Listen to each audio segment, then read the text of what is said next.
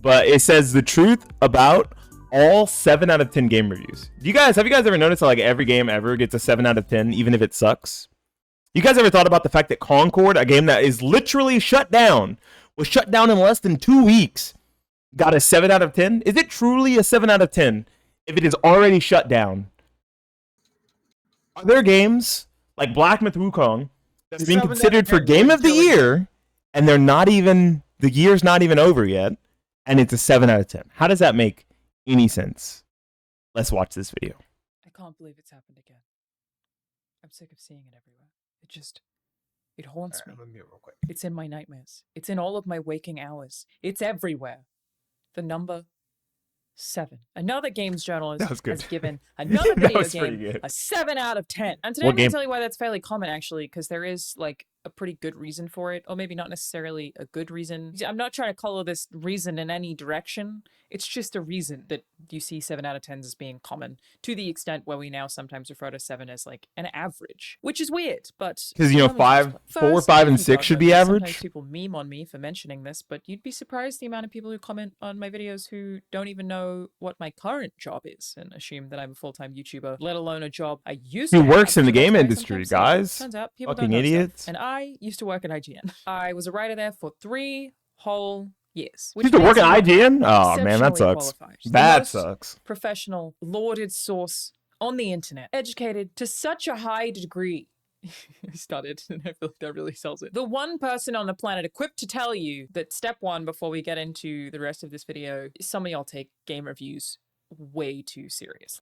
Real. I think that that's the first thing to say is there's been so many games reviews and product reviews that I've seen that I'm like, ah, man, this probably swayed a lot of people into buying this product or not into buying this product. And because of like the quality of the production of it, and it's never once occurred to me that I really don't give a shit what someone else thinks. I'm just like looking for a general consensus. Like, how do people feel about this? How do people not feel about this?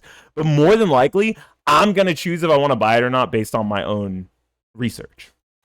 I will explain why the 7 out of 10 is so common and why it's memed, because it's so common and that it doesn't make sense. Should be memed. I feel like so many conversations about game reviews would be like so much more chill if you just remember that it's just some fucking guy's opinion. I used to be that fucking guy. It's just some fucking guy. You used to be a fucking guy? That's crazy. That's all a game review is. The fucking guy who writes the review is no more or less qualified to have an opinion on any other fucking guy on the street about a game. Unless they didn't play it.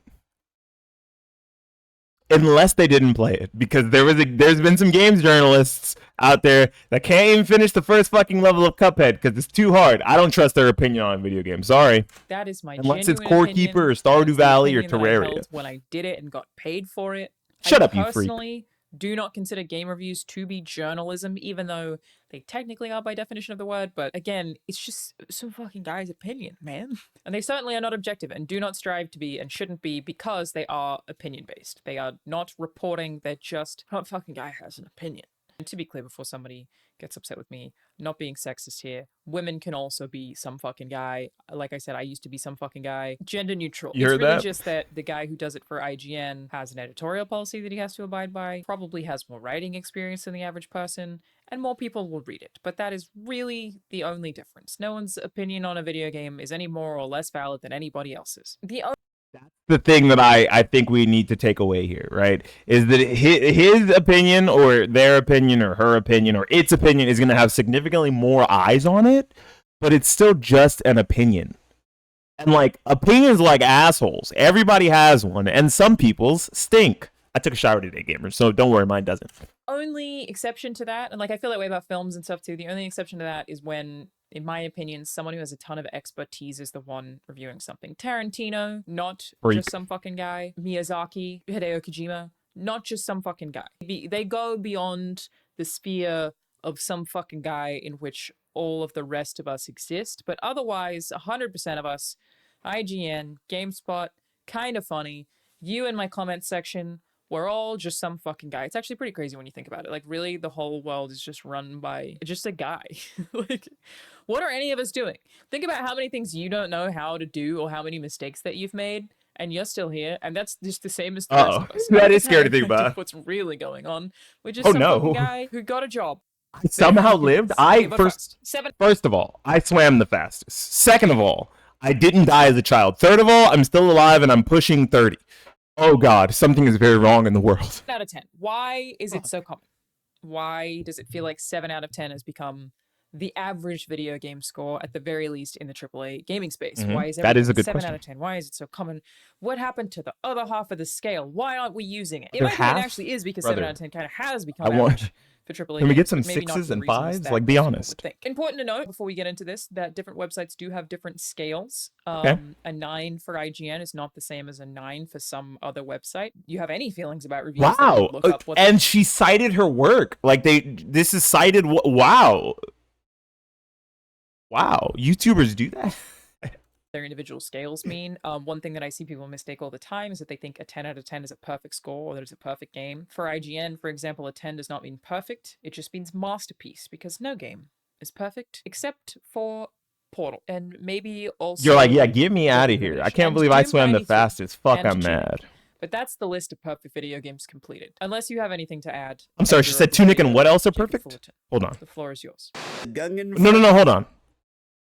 What else is perfect? Doom 93 and Tunic. Doom 93 and Tunic? Okay, respectable takes. Games completed. Unless you have anything to add, editor of this video. Respectable takes. Jacob Fullerton. She's old though. She remembers Doom 93. Damn! Frontier. All your favorite characters are there. You get to play with Fombas and Falumpa sets and plant trees on the moon. And the UI is a clam. 10 out of 10. Perfect game. There we go. Comprehensive list of perfect video games. What in there? No, really, none exist. 10 out of 10 means masterpiece, right? It is a masterpiece. It doesn't mean it's perfect. Yeah. But for whatever website that you read reviews from, or like you know, games probably are looked back as 10 out of 10s now, even though they weren't at the time, and they're still not. Games like Super Mario 64, Legend of Zelda: Ocarina of Time, the first Jak and Daxter, right? Games like that. You could look at like maybe the first or second Halo games. Those games are probably looked back on as like masterpieces, 10 out of 10, classics, 100% would play again. But they have problems. They're not perfect games by any stretch of the imagination. The only perfect game to exist, along with this list of games they mentioned, is Billy Hatcher and the Giant Egg and Dark Cloud 2. Don't forget about those guys. Or whatever discourse you're involved in, I recommend checking out their individual scales. And if you look at a 7 on the IGN scale, 7 means good. Not great, just good. When I worked there and Whack and Daxter, hey, fuck you. Movies and stuff sometimes, Dan Stapleton, somebody shoot that guy. Editor of reviews at IGN, told me to treat what score I would have if I was having trouble as what would I say if someone walked up to me on the street and asked. So a 7 would be, yeah, it's good. It's not great, it's good. It's good. Because, to be honest, assigning a score to however many thousand words you've written where you try to really explain every single nuance of this thing and why you do or don't like it is extremely difficult and sucky, but it's just really important to audiences. Like, it gets clearly so much engagement from these websites. Yeah. People want the opinions distilled into a little number. It generates so much discourse. It generated this video, technically, and probably many videos about 7 out of 10. That's true, and now this video is being reacted to by me because of the fact that this is free content to farm. You know, I think about it, right? Even when like a new movie comes out, I think you could like change the truth about all X game reviews, right? Or all X movie reviews. You could change this because people care so much about the opinion or aggregate opinion of either a whole lot of critics or a whole lot of viewers or consumers, right? You look at a movie and you're like, well, this movie has terrible reviews. I'm not going to go see it. Or, I have to see it because of how bad the reviews look so I can find out if people are wrong, right? On the other end, you see a movie with amazing reviews and you're like, oh, man, I got to go see that movie. It's got rave reviews. Like, people clearly care about the opinions of others. And it makes sense in like a community sense because we are humans. And generally, humans have like this need for community, which I think is kind of yucky. But it kind of, you know, brings up that point, that feeling, that thought that this is all normal. And assigning the number is the hardest part, but everything else about what they're doing makes sense. Or 10 out of 10 game reviews that exist on this platform. Audiences clearly are very attached to the review score. For writers, it sucks. So when you're having trouble being like, I don't know what these words distill to, how am I going to figure that out? A good way to do it is, what would you say someone came up to you on the street? So a 7 is, it's good. It's not great, it's good. And firstly, that does encompass a lot of video games, especially when you're a reviewer. People who review games or play games professionally are, by virtue of the thing that is their job, playing a lot more video games than most people. Now, before you get mad at me for that, it's just that they're allowed to do it during work hours. So they're playing more video games. It's their job to play video games. So yeah, a job that is not in the games industry because they're allowed to play games at work. So like, yeah, like I play a lot of video games, I think, right? And the average person would probably think I play a lot of video games. Like my coworkers, when they see me get on my laptop during lunch, and they're like, "Dang, he's really gaming right now at work during lunch." They probably think I play a lot of video games. People who review video games are playing way more video. I mean, hopefully, if they're doing their job right, they're playing way more hours of video games than I ever will in my life because it's their day job, and then they probably do it when they get out of work too.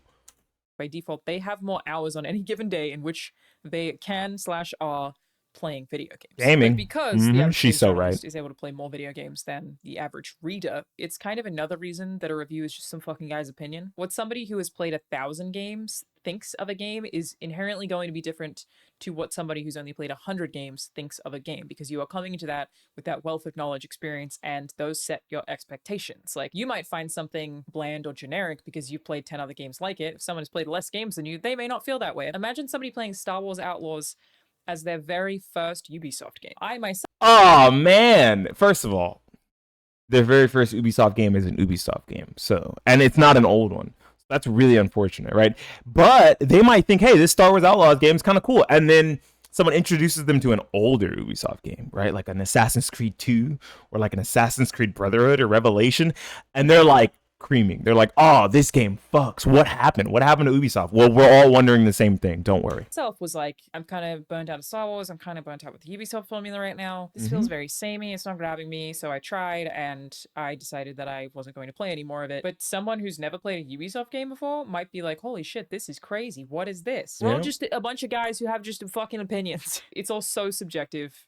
And it's impossible not to be subjective. You're inherently bringing all of the experiences that you have had into every opinion that you form on pretty much everything. And that's why reviews are what they are. They're just an opinion. Secondly, I think there's a misconception that 5 is supposed to mean average on the scales, where it doesn't, at least not on any of that I've ever seen. Yeah, I don't think 5's ever been mediocre. They describe it as something that is bland and unremarkable. And I guess with that definition, I would be like super uncomfortable personally categorizing Star Wars Outlaws that way, maybe. I haven't played enough that I feel confident saying that. But that becomes complicated when you realize how many games do fit below the 5 category, and that's kind of the point of this video. 5 is not actually baseline average, and it makes sense that most scores that these outlets give are going to be above a 5, because in comparison to the amount of video games that come out, the AAA games that people are playing, the games that are popular enough for people to even be talking about them, for somebody to need to write a review about them, are going to be in that upper category. Like, I'm glad she fucking said it. Do you know how many fucking video games come out every year?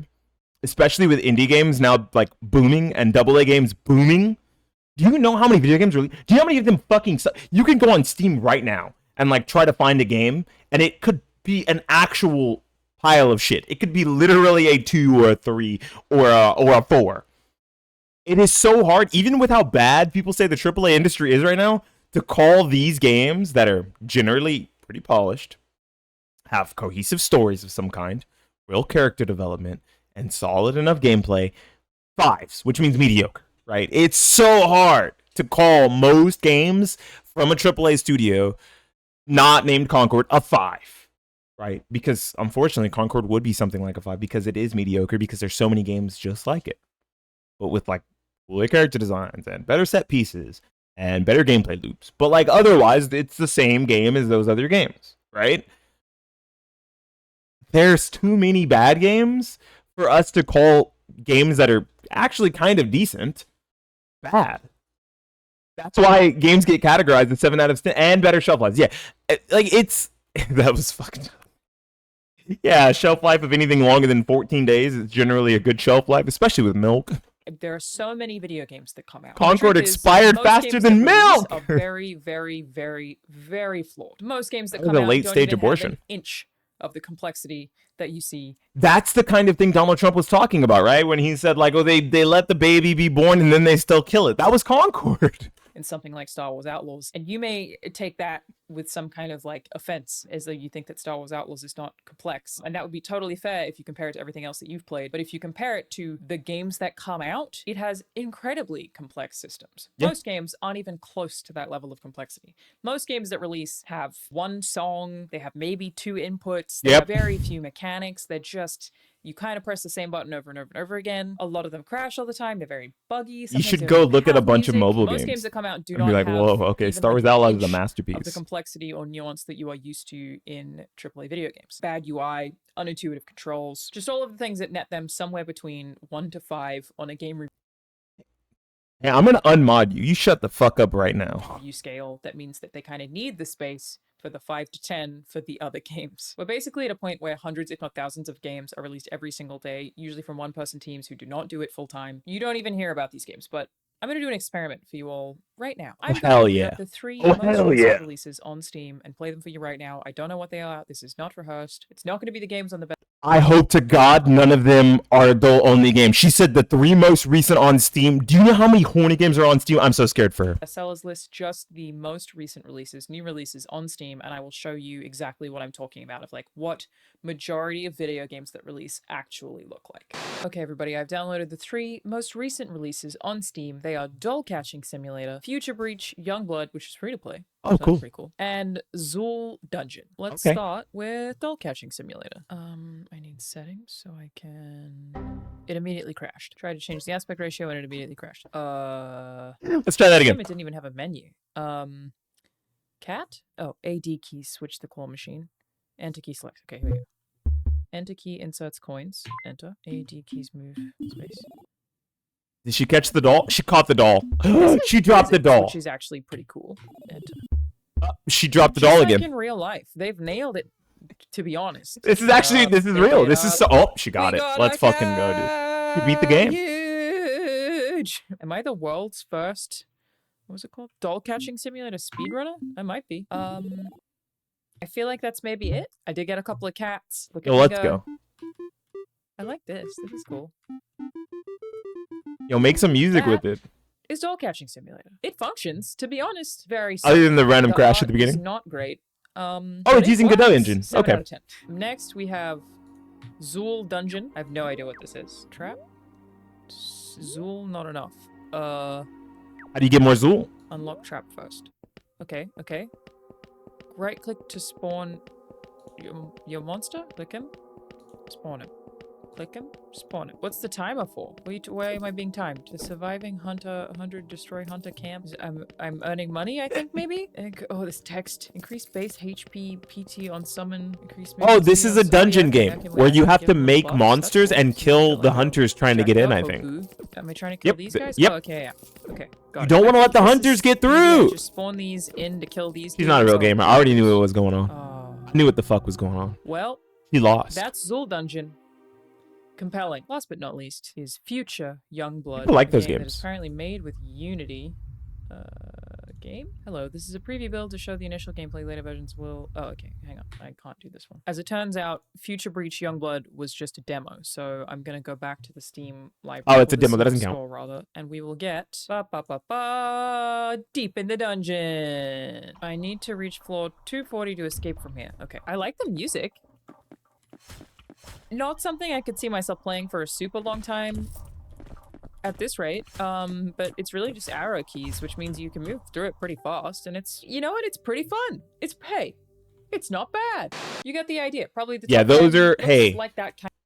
Those are the most recent games on Steam, which means that those are recent releases. Would you categorize all of those games as 7 out of 10? God, I fucking hope not. That's why so many games get 7 out of 10s. The number score is a little weird, but the idea and the sentiment that there's so many games that are way worse than the AAA space that we have, even though, oh, they're made by one guy, we should respect them, or, oh, you know, that's someone's passion project, that's someone's life and, you know, blood, sweat, and tears. They're still bad. Dalsim is a 7, maybe. Kind of thing. Maybe even more than that. And websites Shit like kind of fucked. They look kind of cool. Effectively reserve the lower half of their scales for those games because those games exist. They just very rarely review them because most people don't know what they are. Like, if people aren't searching for them, people aren't really trying to figure out if they need to buy them or not, so you don't really need to write a review for them. Yep. But in case one goes viral, like the day before, for example. Oh, God. basic video game, they still need to have that bottom half of the scale there for games like that. For those games. That makes and when sense. you consider how many games are like that, it starts to make a little more sense why you keep seeing AAA games on the other half of the scale. Like, that's the not even other half. The scale that is other being three considered. other AAA games are third. inherently a lot more complex than majority of the games that come out every day, so they are far, far, far more deserving of the top 5 part of that scale. The scale is not just AAA. Does that make sense?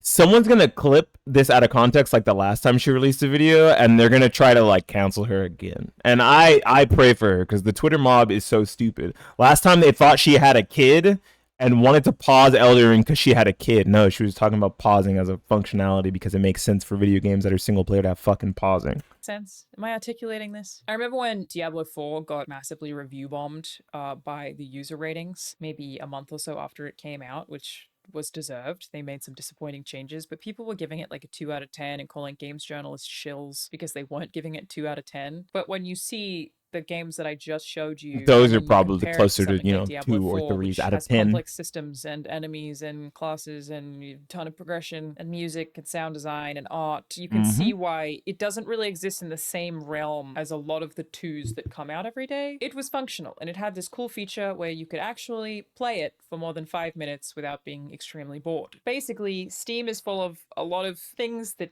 like barely count as video games for what the general public understands a video game to be, and most of them aren't even really worth reviewing, but the scale has to still exist for them. And it's like, I get why if you've only played AAA games, if you only played really, really popular games that do rise above, you know, the schlock of majority of the stuff that comes out, that you would have a skewed perception of what the scale looks like. Like, your scale is probably different to the scale of some other fucking guy based on just what you've played, where reviewers often have played a lot of stuff that falls on the lower half of that scale and is the reason the lower half of that scale exists. Not only that, when you think about it, we all know that most, you know, hardcore dedicated gamers don't trust journalists and don't trust reviewers. Those reviews, if we're honest, are made for fucking normies. Where normies are going to see the review and think, yeah, it seems like a good game, and go buy it. We're going to try to experience the game for ourselves before we come to a decision without letting some journalist wear our opinion. We're more likely to let a random guy on the street say, yo, you tried that Black Myth Wukong yet? That game kind of fucks. To like sway our opinion more than a game journalist, right? And because of that, that's why there's no reviews for those smaller games. The smaller games don't exist to a normie. A normie doesn't fucking know what most indie games are. They have no idea, because they just don't exist in that ecosystem of looking for games that are smaller and or less ambitious in scope, right? Because I'm not going to call them bad games. I'm not going to call them mediocre games. I'm going to say they're less ambitious in scope, right? Like, I love a game like Catbait. I think Catbait is sick. It's like one of my favorite indie games right now, and I could go back and play it right now and not have that 5-minute feeling of boredom, like she mentioned, when it comes to some of these smaller and less ambitious games. But if I'm honest, a game like that or Rumble Club, 2 of the indie games I like right now, aren't as polished or full-featured as something like an Ubisoft game, as something like an Activision game, as something like a PlayStation Studio Santa Monica game. Like, they're not, like, it doesn't matter how fun. Fun value, I think Catbait is a fucking 10 out of 10. I think Rumble Club is a 10 out of 10. But when it comes to the actual full package of the game, the music, the sound design, the art direction, the complexity, the story, all of it, if you have to consider all of it together as a cohesive package, along with the gameplay, of course, as like a cohesive package, those games aren't more than a 5 or a 6 out of 10. There's no way. They can't be. But my experience with them is different from some other fucking guy. I think you could pretty easily make a case that they should just not touch those lower half games at all, and that you could I think they should scale just for AAA games. And no, I actually think they should. I think they should take some of the more popular indie releases and also categorize them, right? Games like Hollow Knight, games like Shovel Knight, games like Shantae, games like Gimmick, games like Core Keeper, Terraria, Stardew Valley, like the big indie hits, the right under big indie hits. I think they should start reviewing more indie games so that there's a full broadened scope of what games look like. So people don't think, oh yeah, games are all these $70 AAA games that are kind of mediocre and they all get the same score. They need to show what's on the other end for relative purposes. And so people will just know about those other kinds of games and maybe just maybe, people will stop calling gaming mediocre or gaming bad, because instead, normies will see those other kinds of games and maybe even gravitate to them more. Just a thought. Two separate things, but I think that would also be pretty complicated to explain to audiences in a lot of cases, where I feel like it's probably easier to explain, no, a 0 or a 1 or a 2 is for games that don't function. Diablo 4 making changes that negatively impact the game didn't make it not function. Non-functional. Yeah, true. Didn't make it so that the only thing you could do was like play a claw machine. You know what I mean? But yeah, you could certainly argue. Hey, claw machine game was at least a 4, right? Go ahead. I'm you just calm down. Why it currently exists the way that it does. And to be clear, I'm not trying to defend IGN in making this video in any capacity. Even when I worked there, they had game reviews come out that I staunchly disagreed with. When I worked there, they had the Doom 2016 review, which was written by a freelancer who gave it was like an insane low score. Yeah, it was 7.1. Yeah, like Doom Eternal. And I remember Doom 2016 is like a 9 out of 10, dude. Like, sorry. Not fucking agree with that at all. But it was from Joe Gilroy, who did not even work in the IGN office. A total freelancer. It was like a fucking 9 out of 10, dude. Doom and Doom Eternal are modern classics. Like maybe 1 or 2 times. I'm not actually sure. But like they've certainly had review scores that I fundamentally disagreed with, and that's just sort of the reality of reviews being just written by some fucking guy. But yes, this is essentially why you might feel like you see so many review scores that are above a 5, or you feel like the lower half of the scale is being underutilized. It's why 7s feel like it might be average, and why I've heard people like call to change the 7 to a 5. But it's just I think they should change the 7 to a 6. Probably haven't played or probably. I think if you really think about it, changing the 7 to a 6 makes more sense, because a bad AAA game, like a fully finished, fully featured, non-buggy, functioning AAA game that's just not very good is probably a 6. Like, you know, like it's a 6. But a 7 feels disingenuous. Like calling every game a 7 feels way more disingenuous than calling every AAA game a 6. I think people would probably feel a little more comfortable seeing that instead of seeing a bunch of 7s. We haven't heard of. The bottom of the scale gets very, very. But a 7 is a very passing fast, grade in school, right? But so is a 6 in some places. A D, like, oh yeah, this game is a D. And finally, I know that this isn't going to sway anybody who like already feels some way about this, but just to establish it, no publisher is giving an IGN reviewer a bunch of money to influence a review score. There are ways that companies try to manipulate positive review scores in ways that I think are extremely egregious and actually far worse than I think the general public realizes. Like this. Yeah, it's not money usually, right? It's other perks. It's like access journalism. It's paid flights to the offices to preview the game, and tons of lavish food and hotel and board and trips around the city. Like, why would Ubisoft be taking reviewers to Disney World? Why is Ubisoft taking reviewers to Disney? I don't remember if it was Ubisoft or not, but a big AAA company was like taking some of their preview people to Disney World. Why? That has nothing to do with the video game, right? Like, are they reviewing the new Disney Starlight Dreamlight Valley game? I don't know what the fuck it's called. I don't like Disney. Are they reviewing the new Disney Epic Mickey remastered collection, re-inked, whatever it is? No? Okay, why are they going to Disney World? This stuff is huge. I'm gonna make a whole separate video about this. I was gonna put it in this video, but then it's like too many topics in one video. It's a lot. I will make a separate video. Almost as good as money, since they're expensive as hell perks. Thank you. They're way worse than, because money is just like in your hand, you know it, right? Used for that. There is other so taxes much to say and so much to unpack. But we're just handing somebody. I'm watching that video. To give a game a score, which, by the way, as an aside, I've seen people recently suggest that IGN was paid to give Star Wars Outlaws the 7 out of 10. Why would Ubisoft pay for a 7? A 7? Thank you. That doesn't make any sense. You couldn't just slip them, like, you know, company like Ubisoft with a shit ton of money, just like another 50 grand or whatever the fuck. And to get a 9 or a 10. Why would Thank you you pay for a 7? Thank but you. Handing somebody money to give any review score is extremely uncommon. Illegal. And these it's also companies uncommon. have giant legal teams who are so hardcore and so intense about this kind of stuff. Their whole job is to prevent the company from getting sued or getting fined. That is the job of these legal departments. I've worked with some of these legal departments. They are annoyingly hardcore. Stupid legal rules where they try to avoid getting sued for the dumbest shit. You're like, nobody's gonna sue you for that. And they're like, doesn't matter. Somebody could, so don't do it. Paying somebody to CYA, baby, cover your ass. Disclose it is illegal. Did you know that? So like, if I do a sponsored ad here on YouTube, they cannot ask me to say something that I don't believe. They are not allowed to ever say, hey, can you say this sentence? I think I've received pushback on that maybe once, where they were like, can you say that? And I was like, I don't feel that way. And they had to be like, okay. They are not allowed to do that. That is very, very, very illegal and taken very, very seriously. So paying for positive sentiment without disclosure is going to get you fined, but even with disclosure, also going to get you fined. Like, extremely illegal, again, taken very seriously. And asking games journalists specifically to lie about review scores, I think, is one of the dumbest things that a company could possibly do. Like, that's going to come out so fast if it were. It's more access journalism than it is just like being a paid shill. Because if you don't give a game a good enough review score, like at least a decent review score, maybe you'll never get to review another game by that company ever again.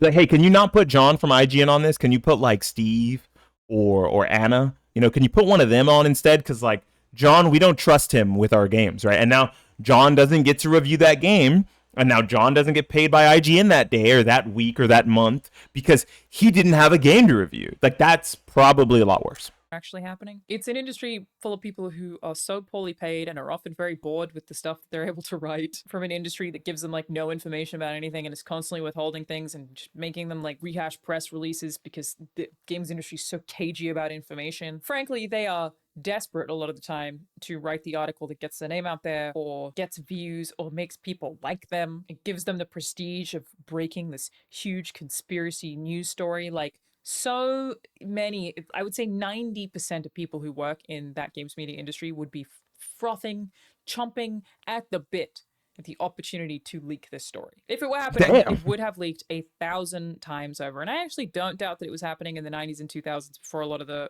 more strict regulations came in. Of course, companies are going to try to do it. They just can't anymore. And publishers do have other ways of trying to influence review scores. Like I said, I'll have a whole separate video about that. But they are not giving game reviewers money to give games a 10 out of 10. Again, just like think about everything you've ever disagreed with somebody on. Think about the dumbest fucking thing that you've seen on the internet that you disagreed with somebody on. Your toilet paper. You put it over or under. Heated disagreements about that stuff. Over is correct, by the way. Anyone who puts it under, I will literally, in your house, if I see that you have the toilet paper under, I will change it in your house. Crazy. I don't care. What you the and fuck? some fucking Don't guy invite her to your house. It's boring, but it's true.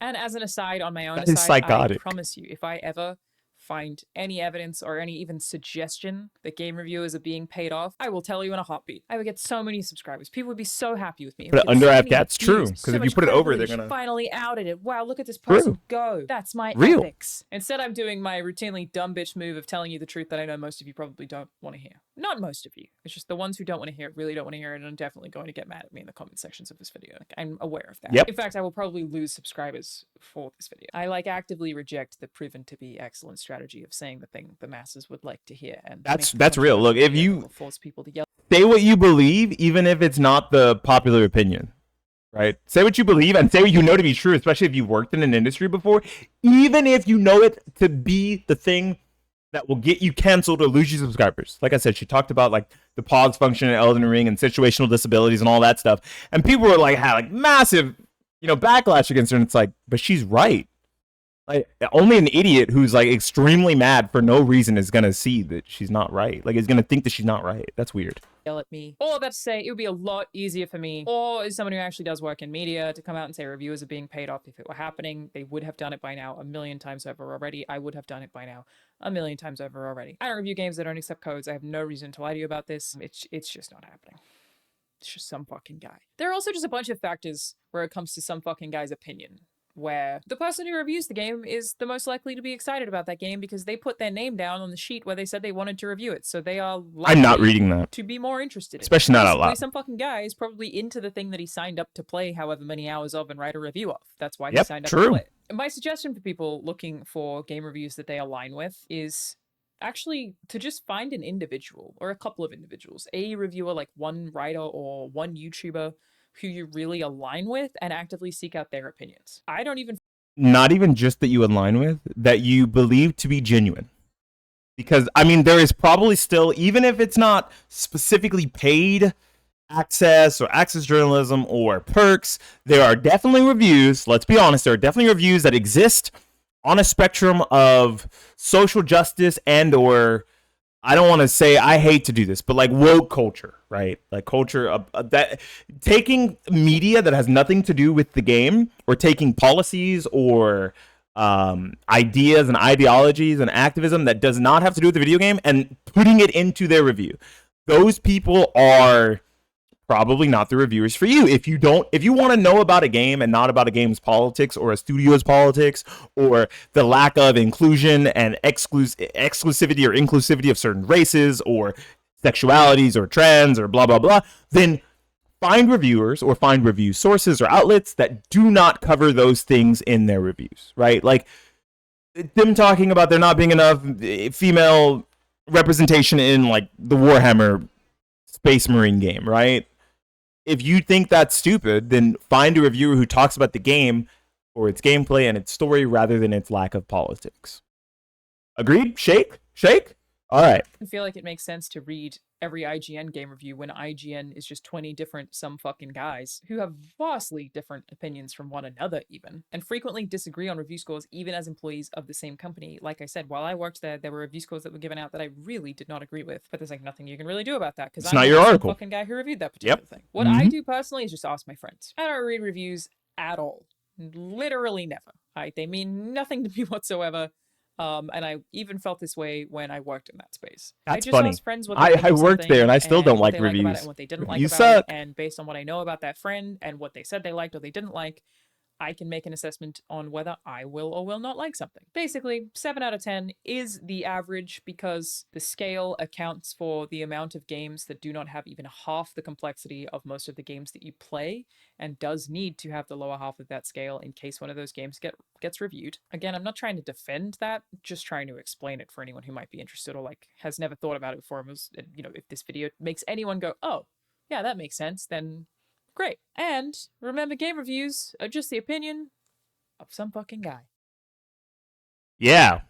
I fucked with that. I fucked with that heavy. I think that was really cool. That was a really, really good video.